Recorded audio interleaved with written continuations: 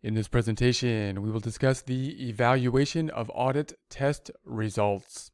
At the completion of the audit, the auditor should evaluate whether total misstatements cause the financial statements to be materially misstated.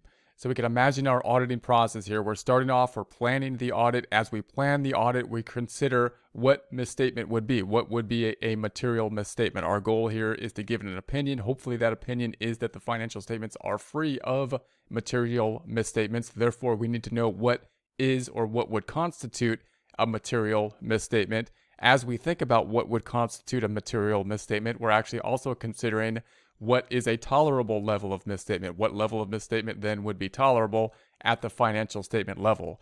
Then, as we go through the audit, we're breaking the audit down into individual, basically accounts, assertions, transactions. We're considering at the assertion level what would be tolerable misstatements at the assertion levels as we go through that testing.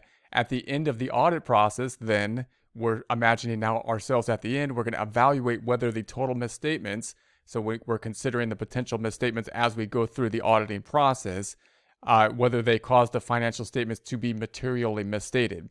So then we're considering back at the complete financial statement level, taking the financial statements as a whole. If we add together the total misstatements that we're basically looking through as we go through the audit on the assertion level, would they add up to be materially misstatement at the financial statement level as a whole? If financial statements are materially misstated, what if that is the case? What if the financial statements, what if we look at it and we say the financial statements are materially misstated? Is there anything we can do at that point? Because of course we don't really want to issue anything other than basically a clean opinion, an unqualified opinion, if we can avoid it. That's basically the objective. We want to be able to say, hey, we've got good clients, we've got honest clients. The clients have said they put their information together in accordance with generally accepted accounting principles. We tested the assertions, and they did indeed do as they said and put the financial statements together in accordance with generally accepted accounting principles.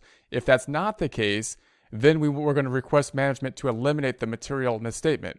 So if we see a material misstatement, it's quite possible we could say, hey, and it could be something that's not fraud or anything, of course. It could be something that's an error, some type of material misstatement. We can say, hey, we would like you to, correct this, eliminate the material misstatement, make the adjustment that needs to happen, and to be in accordance with generally accepted accounting principles so that we can give an opinion that the financial statements are represented in accordance with generally accepted accounting principles. If management does not make needed adjustments, the auditor will issue a qualified or adverse opinion. And this could happen if management says, I'm not going to do that. It might be the case, again, it might not be the case where there's basically fraud happening here. The management might have a reason and say, hey, I think that it should be represented in this way for one reason or another. And we're going to say, well, look, we have generally accepted accounting principles, and generally accepted accounting principles say that you have to put it in this format. And we're giving an opinion as to whether the financial statements are in accordance with generally accepted accounting principles.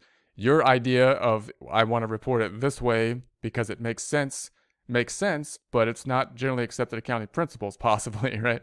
So we could have that kind of issue on a one basically issue.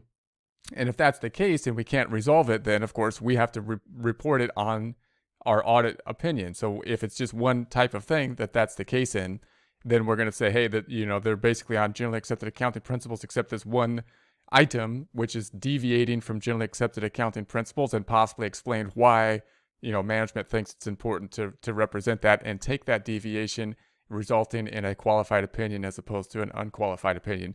If it's more pervasive than that, or if there's a lot of things going on, then we have to give an adverse opinion.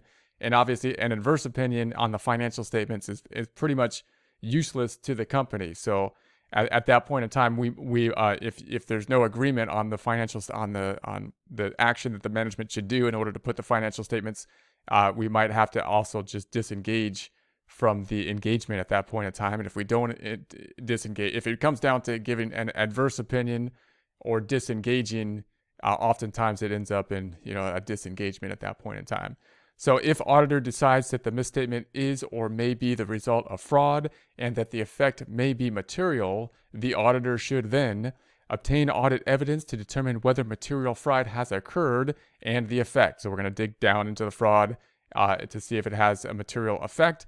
And notice our focus here is really on the financial statements. It's not necessarily on the fraud in and of itself. It's on what is the fraud, the nature of the fraud that we want to dive into is what's going to be the effect on the financial statements, because of course our goal here is to make an opinion on the financial statements and the reporting of it, not necessarily as it would be in, say, a criminal type case, or if we're auditing from a forensic type of situation to look for a criminal type of fraud type of activity. We will pursue that, but notice where our aim is. Our goal is at trying to see what the financial statements, and if the financial statements are presented fairly. That's our primary purpose. That's what we are engaged to do. Think about implication to other areas of the audit. So if there's a fraud here, does this have implications elsewhere? And one way we might do that, if it's lower management, if it's lower employees that committed the fraud or something, even if it's substantial, then the question is, well, what other types of areas do they have influence over? Possibly not many, because of internal controls, because of separation of duties. If the fraud, on the other hand, is in upper levels of management, again, that then gives us pause. We're saying, well, now it's possible if there's fraud at that level of misrepresentation or misstatement, then it could be more pervasive because they have more influence, whereas lower level people have restrictions due to separation of duties. So we want to think about what does this fraud have a result on other areas of the financial statement and the credibility of the audit evidence that we have in the financial statements as a whole. Discuss the issue and plan to approach it further with the appropriate level of management, at least one level above those involved in committing the fraud, and with senior management. So if we detect fraud, then of course we're going to discuss it with someone. Most of the time, the fraud is employees, and oftentimes some type of beneficial to the employees, some type of theft or something like that. And if that's the case, then of course we talk to the proper level of management, possibly one step removed, not the level right above, but the one above that, and then upper management. And again, that hopefully is something that can then be detected at that level and taken care of within the organization, and not give us questions about the integrity of the upper level management, hopefully, which would be more problematic. Suggest the management consult with legal counsel. So we're always going to basically say, hey, our objective here is to see that the financial statements are reported and free of material misstatement.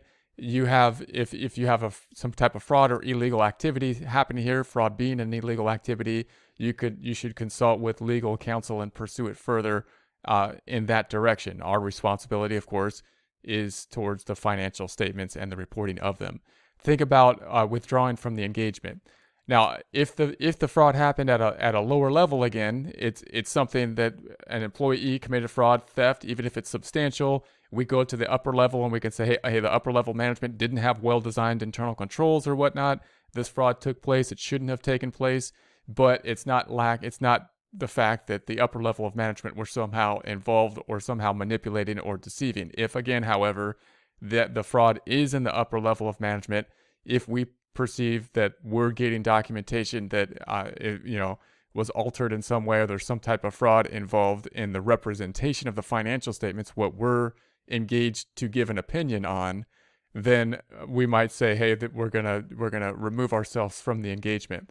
And again, that's not something we want to do, because we waste a lot of time to do that. So we want to be able to determine this at the front end. What type of clients do we want to pick up? Do we want to pick up clients? We want to pick up good clients with integrity, so we don't run into this problem. But if we go halfway through the audit and we say, I don't have any faith in the integrity of management at this point in time, then and then at some point we'd have to consider just withdrawing from the engagement as well.